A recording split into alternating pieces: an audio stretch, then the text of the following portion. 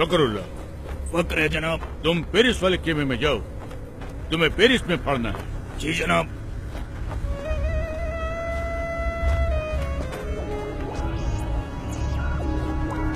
फकरुल्लाह। फक्र है जनाब। तुम अमेरिका वाले खेमे में जाओ, तुमको अमेरिका में पढ़ना है। जनाब। फखरुल्लाह। फखर है जनाब। वो तो हमको भी है तुम पर। तुम हमारे साथ आओ, तुमको हिंदुस्तान में पढ़ना है। मुझे हिंदुस्तान में शहीद नहीं होना जनाब।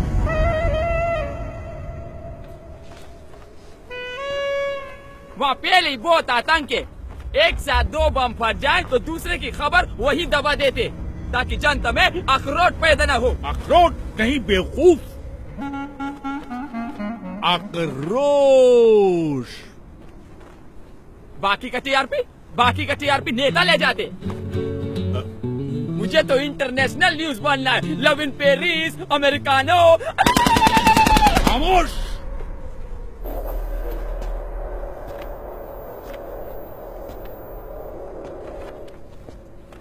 बदअक्ल, बदशक्ल, बेवकूफ, नामाकूल, गुस्ताख। इसके लिए तुझे अंग्रेजी सीखनी चाहिए थी, काफिर की औलाद। अब तुम 2 ही जगह पढ़ सकता है, या पाकिस्तान या हिंदुस्तान। हिंदुस्तान जनाब। अल्लाह, सुभान अल्लाह, बरकतुल्लाह, इंतामुल हक, अल्लाह, ओस्मा बिन लादेन, अल्लाह। आओ मेरे साथ।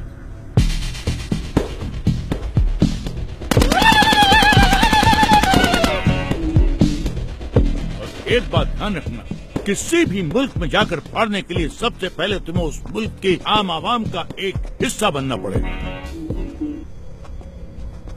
जिससे किसी को भी तुम पर शक न हो।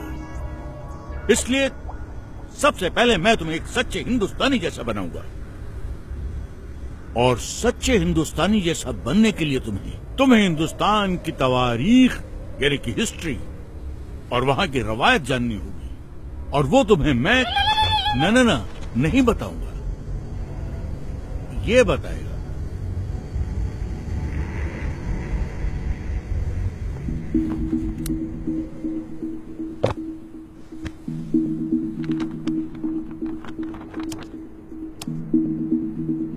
We made a tryst with destiny, and now the time comes when we shall redeem our place. Among those Indians who are now abroad, I expect that Indians living in Axis countries और कोई बड़ी बात नहीं है बिस्मिल साहब। बड़ी बात तो ये है कि जिस्म से टपका हुआ एक बूंद खून आने वाली नस्ल के सारे खून में उबाला ला सकता है या नहीं। तेरी हवा का झोंका किस्मत वालों को मिलता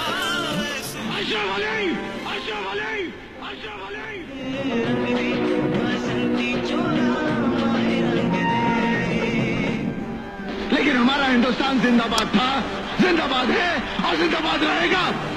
हिंदुस्तान जिंदाबाद। देखा जाए बर्बादियों का समा, ईश्वर या अल्लाह ये पुकार सुन ले, ईश्वर या अल्लाह हे दाता।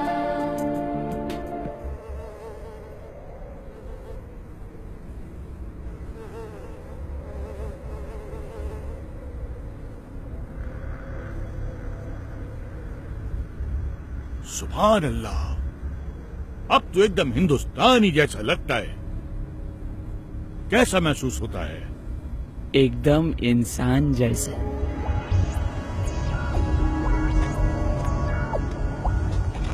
अब तू पढ़ने के लिए एकदम तैयार है।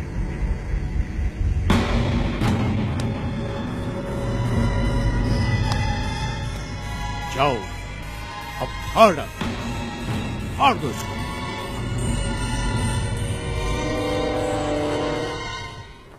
15 अगस्त 1947 सैकड़ों स्वतंत्रता सेनानी, जिसमें मुसलमान, हिंदू, सिख, ईसाई चारों कौम की शहादत के बाद भारत को आजादी मिली।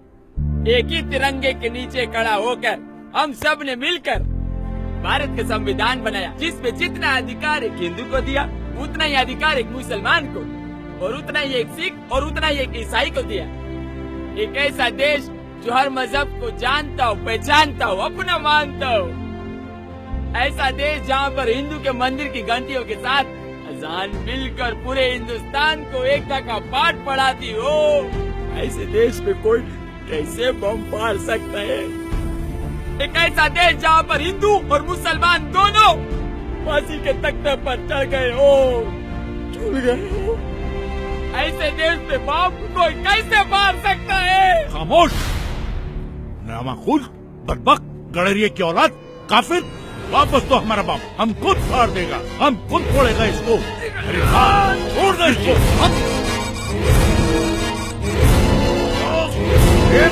छोड़ सकती नहीं।